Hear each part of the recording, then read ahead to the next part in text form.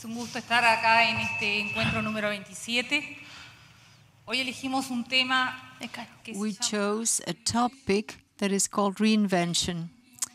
This year, we are 25 years old, and it's clear to us that in order to move forward, we need to reinvent ourselves day after day. We've been listening a lot about digital transformation, companies like Uber, Airbnb, who are part of the market and threaten industries and threaten other companies. We've been talking a lot about that. But today we would like to talk about the other companies, the ones that were there before. What shall we do in view of these transformations? What are the questions we should ask ourselves, given this scenario? And let us look at this lady. We all know Madonna. Madonna is an actress, a singer that was singing for 30 years. She maintained the title of Pop Queen up until today. She's one of the singers that sold the most records in the musical industry. Many business analysts and marketing analysts have analyzed her phenomenon, and they all agree on one thing. She was able to reinvent herself. And what does that mean, really? They all agree on one thing.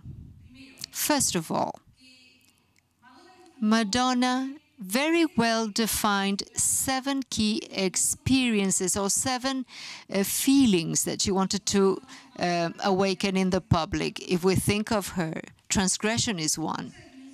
She defined 7 principles very clearly, and in all her concerts, she introduced her 7 feelings or emotions very clearly. The second thing she did very well to keep on growing was to put these 7 feelings in digital content. And she related to other industries to distribute the contents. And she generated an ecosystem to distribute all the contents to her public. That was the second thing she did correctly. And the third good thing she did was to keep fit personally. No other artist can stay 30 years in the industry if they are not strong enough. What does this mean? It means keeping good health, good image, but it also means have a solid personal life. Her personal life is a very important element to her professional success. Now, let's move into the business world, the tourism industry, and let us analyze MGM, a hotel chain for many years, top notch. MGM was able to weather the complications for many years. Now, if we define a tourist, in the past the tourist would define where he wanted to go, what to visit, where to sleep. That was basically it. But that tourist has changed. Today you define a tourist in a different way. Today you would define that person as someone who wants to get an experience. Someone who wants to play golf or go to a casino or learn about a different culture, go fishing, and so on. Look at what MGM did given such scenario. The first step was to say, well, that room is the product I sell to the customers who travel and need a place to sleep. I give them a room via the internet. They can book the room. This is digital area. But then there's a second step. What's the second step they take? They allow the person to buy the room via internet, have a virtual sighting of the room, and something else. The rooms are accessible in Trivago, Booking.com, and many other platforms. And this shows some more digital transformation. They associate with the financial industry, with other platforms. MGM understood this and did it very well. But what is most interesting is the third step. The third step taken by MGM was to understand that they had to reinvent their business and they had to stem from experiences. So what they did was create casinos inside the hotels. They had partnerships with golf clubs and installed hotels in the golf links. And another thing they did, which was fun, they generated experiences that are CSI level. You can be part of a mystery case inside the hotel. This is what MGM did. So let's see what happens in the rest of the world. In the rest of the world, they are thinking as follows. Most of the CEOs think that in the coming years, they will not sell products and services, they will sell experiences. Most CEOs know for sure that competition is not inside the sector, but outside the sector, that the barrier is blurred and industries will come together. And this is what we see today with the example of MGM. And most CEOs also think that the economy in the near future will be based on ecosystems. So if we go back to the initial questions, what happens to us who've been there for quite some time as companies? I don't have many answers, but I have three key questions. The same questions Madonna asked herself. First, what are the experiences that will help me reformulate my business? Which ecosystems will I be part of? If they don't exist, am I going to create ecosystems? What ecosystems will I create to bring experiences to my customers? And the third, how to be digitally strong.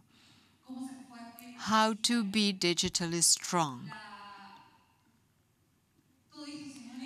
All of this was standing on the software. And the third question can be answered by creating better software to be strong, to reinvent our companies.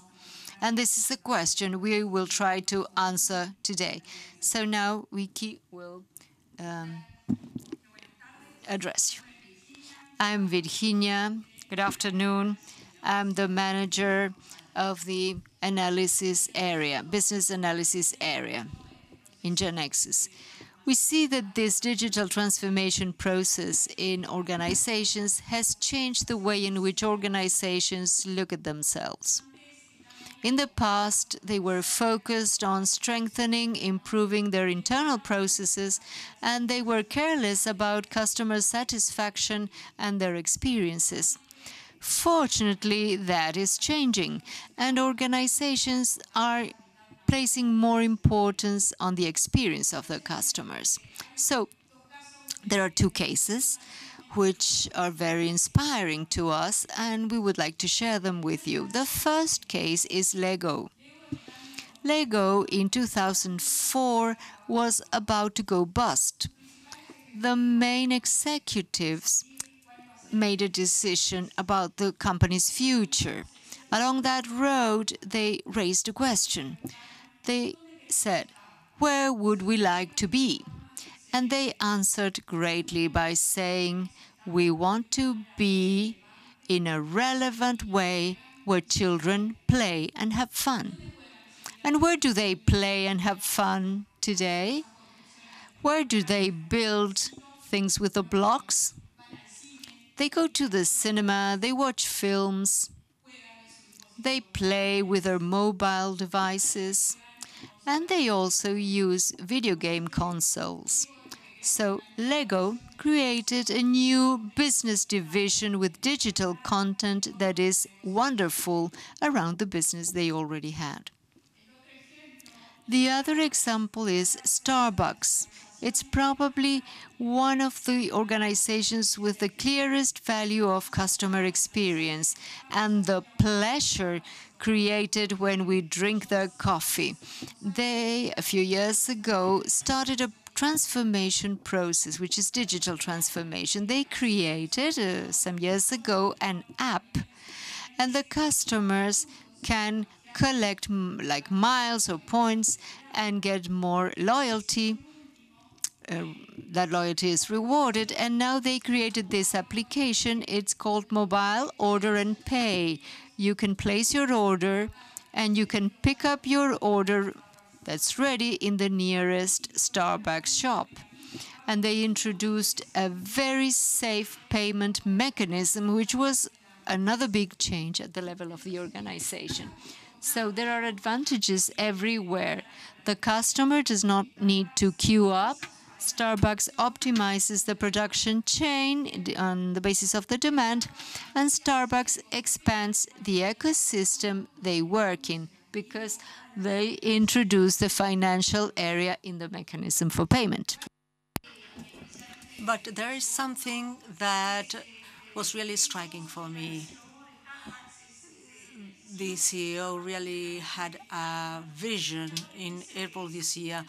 He said there are some organizations that are creating mobile applications, but we are creating a digital platform that allows us to be connected constantly with our clients, and this will increase customer fidelity. So this is a very different concept from other companies. For some companies, the most important thing now is the customer experience, and they do it through digital means. So the team of analysts is focusing on improving customer experience. And that is why we are insisting on two matters. Firstly, the roadmaps that are followed for the clients, and also the new designs of business models.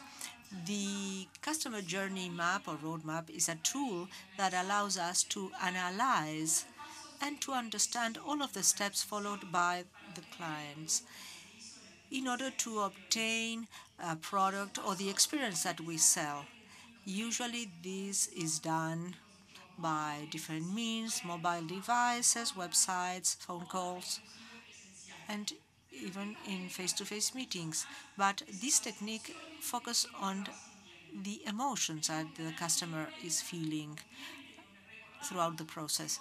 As customers, we remember how we feel when we interact with an organization. So what I did was to bring an example here in Uruguay a few months ago. And this is what I want to show you now.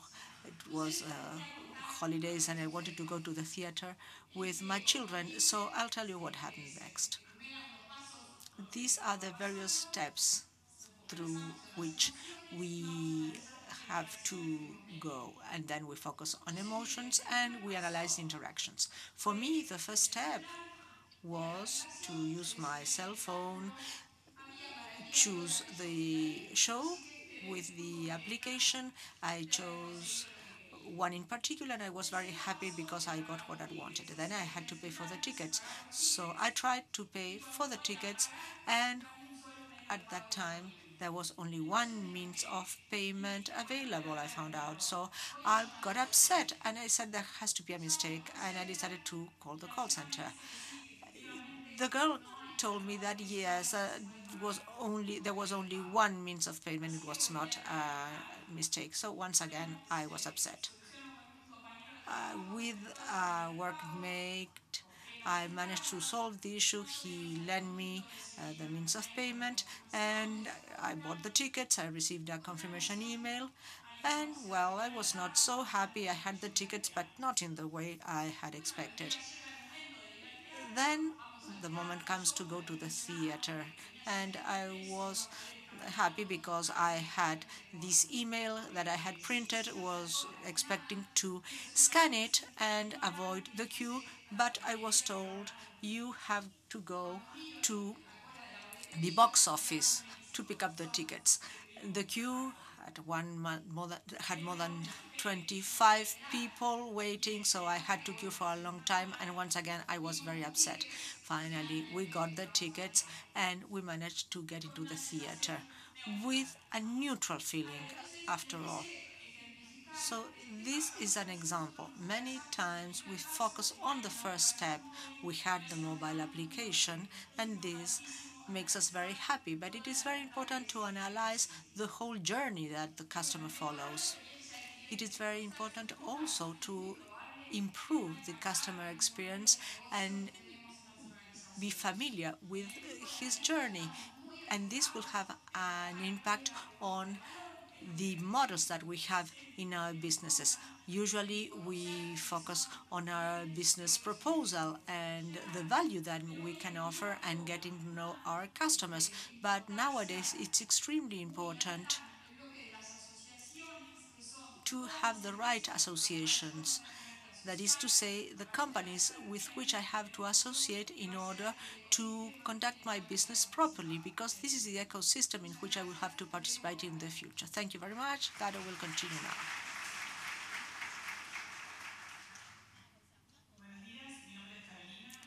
Hello, I'm Carolina, and I'm in charge of the area of development of applications for mobile devices at GeneXus Consultants. Okay, so as Vicky said, these devices are in the hands of our customers. Last year, the IAB made a study and found out that 70% of the traffic in Uruguay goes through mobile devices.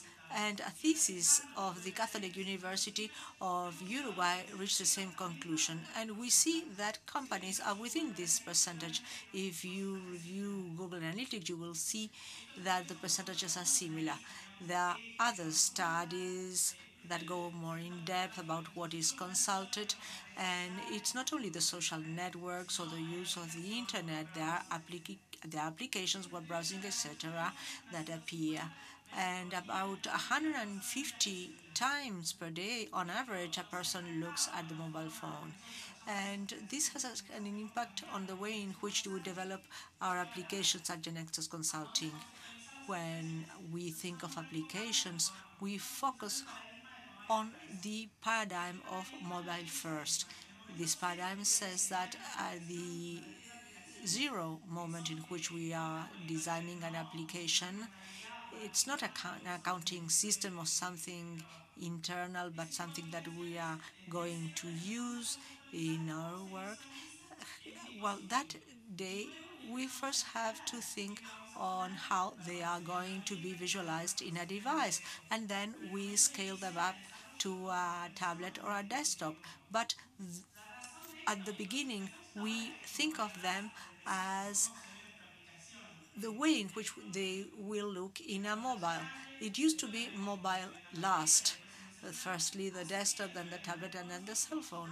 But we are always eliminating some part of the information for the mobile device. So in order to have all the information in the mobile phone, we have to think of the process the other way around. That is to say, focusing first in the simplicity, what can be seen in a mobile device, and then we add more information, more functionalities. We extend our design so that it can be seen with more information in a bigger screen.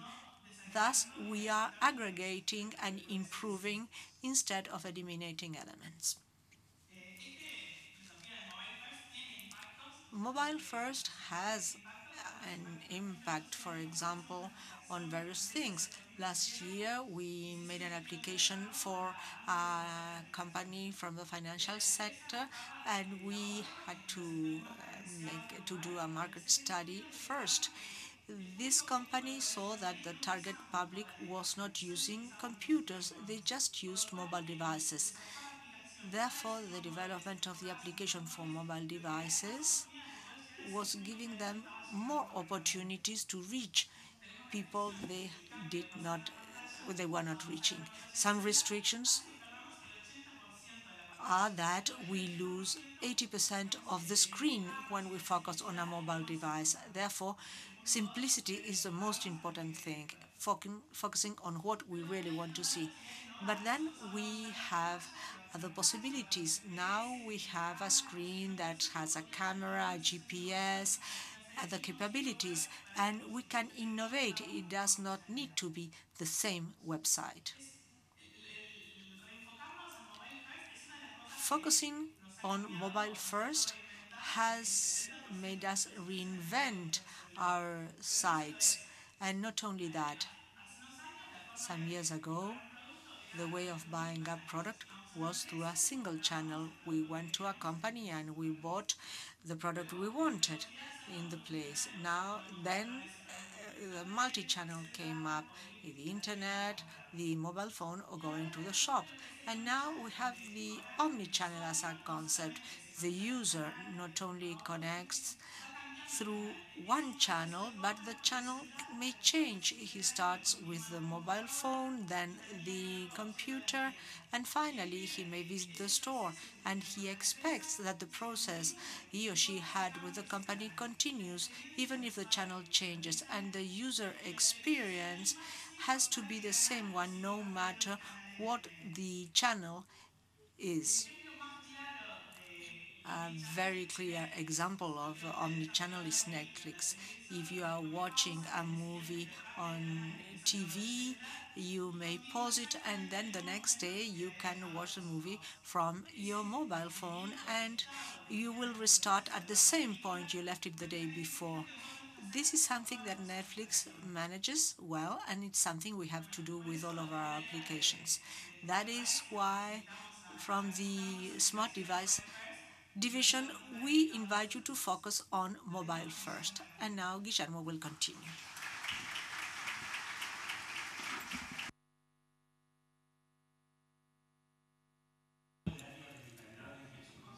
Hello, I'm in charge of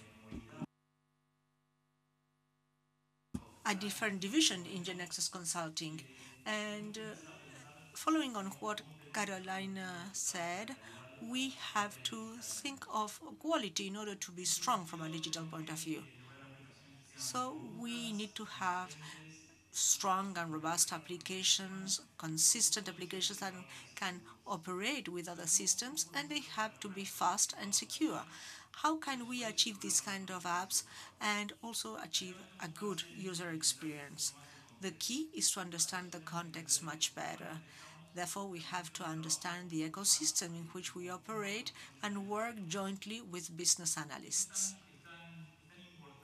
This is so important nowadays that I would like to show you some examples of apps that we've been trying and testing. For example, music reproduction that may be used by someone in the streets, the office, or at home. This is a little girl that is probably receiving hundreds of messages, WhatsApps, Instagrams, audio, and other interruptions in her device, and at the same time she is listening to the music.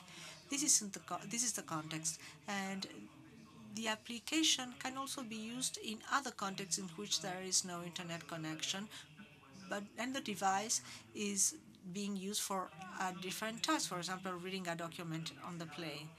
In agriculture, the geolocation is very important. It is possible with the device to obtain geolocalized information, and this is a very different concept, an application for hospitals, where it becomes more and more important to have interoperability so that the use of sensors makes sense when these apps are used. This is how we are conceiving the testing for these applications. And what lies behind is a pillar that is what we call the context-driven testing.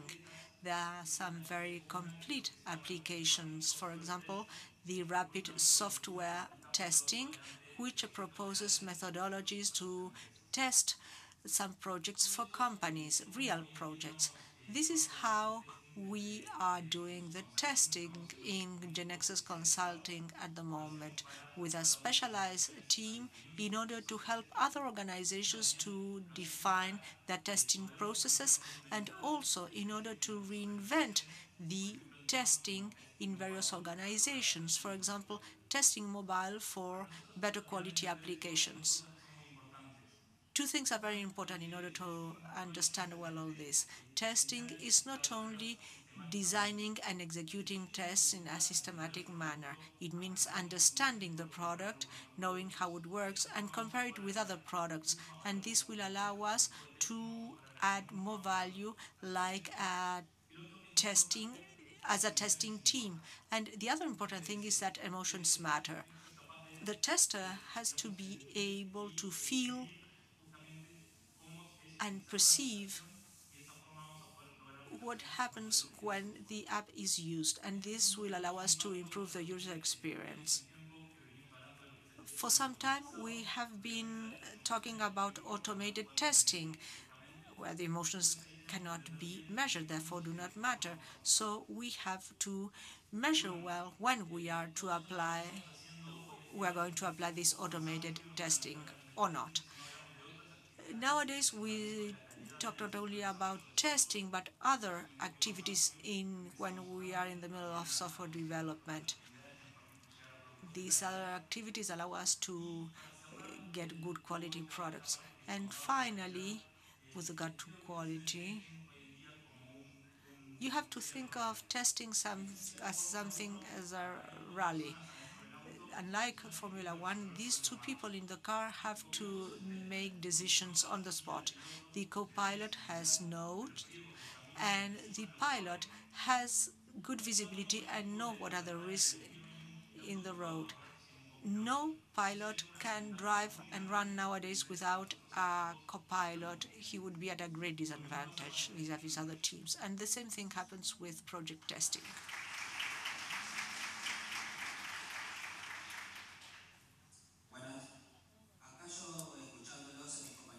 Hello, I was listening to my colleagues and I have a doubt. It's very good to reinvent things, but if we don't pay attention to certain things, we can compromise our whole organization or at least the ecosystem.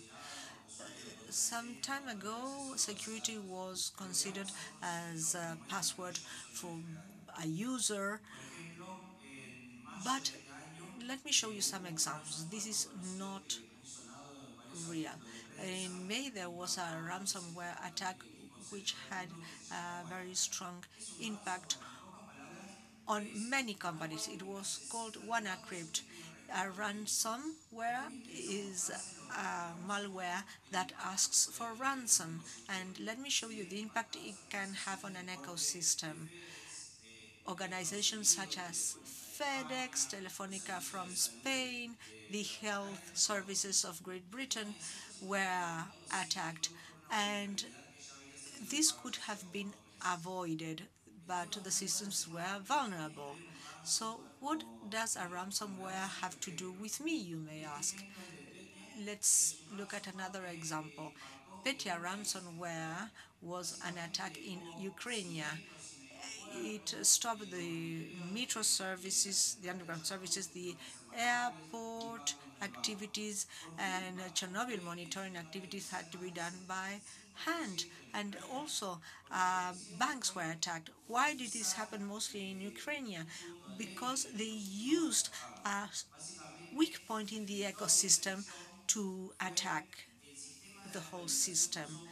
And it was the updating part of an accounting system that was firstly attacked in order to distribute the malware elsewhere. So what do I mean by this? We have to be very careful so as not to have weak points in our chain. The whole ecosystem has to be secure. And these are very varied words I would like to reflect about. Every system has an architecture where it has been documented or not, and whether it is focusing on security or not. Ecosystems are much more interconnected now. We connect, for example, in Uruguay through the electronic government platform of AGESIC. And through the Internet of Things, what worries me is that now we are much more exposed because we are connected to so many things. Sometimes I'm even afraid of the coffee maker. So as consulting division, what did we do a few years ago? Firstly, to have a secure development cycle. That is to say, to have security activities at each stage of the development cycle. It's not something that can be added at the end. It has to be embedded in all of the attributes. For me, the most important thing is to start with training. When I was at university, well, maybe this is related to the year in which I studied at university, there was nothing related to security, and I had to study out of the university. But in consulting, we try to have a mapping for security. It's something that we have to make simple inside GeneXus, and we have to have training at all levels. The developers have to develop things in a secure environment, and there have to be many functionalities that need to help you instead of being disruptive. For example, electronic signature allowed us to enter the world of electronic IDs with chips, but now we are investigating other features. Once your team has been trained, everybody has to know which are the requirements. We have spoken about the architecture, but you need to review the architecture constantly. And with regard to development, they also have be to have security features. The same thing for testing. If you say such and such information has to be seen only by the person that fulfill this role, this is something that you have to say. And also a penetration test is useful so as to try the whole system and see whether security applies as it did when we built the whole system. So Gerardo Canedo is going to speak about this tomorrow. We are part of the security team of OWASP. This is a non-profit organization that looks to improve in the web and mobile applications security. The most well-known is OWASP Top 10, the 10 most well-known vulnerabilities. Well, the 10 risks relative to security in web applications. And I would like to introduce ASVS. Gerardo will talk about this later. ASVS is a guideline to learn about security requirements. You may wonder, how much security do I need for my application? There you get columns that represent levels of application. Like depending on the neighborhood you live in, you can have a good lock or a railing or a fence. Or if you live near an embassy, that would be different. So you will have different measures. But ASVS will tell you, depending on the sector you work, how critical the applications are and what sort of security you need. And the other is a state to learn about the requirements, to have something that is measurable and that can be audited. So we have to be careful about the ecosystem. We have to know the ecosystem we are in. We need to get training in terms of security, and we need to try to implement this with things that are measurable and auditable.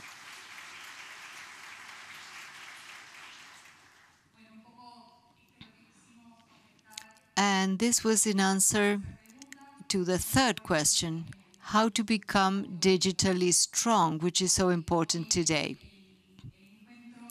The meeting today suggests a claim, shape your future. And to do so, we need to answer two more questions. What are the experiences I will provide, and what ecosystems will I be part of? You see the origami here?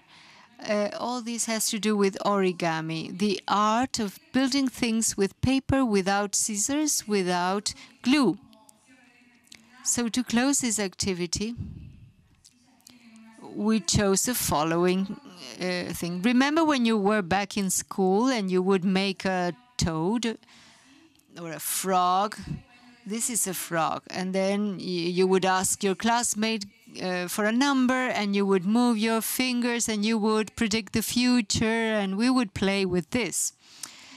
So we want to bring this back to you so that you become aware of how to build the future, how to shape your future.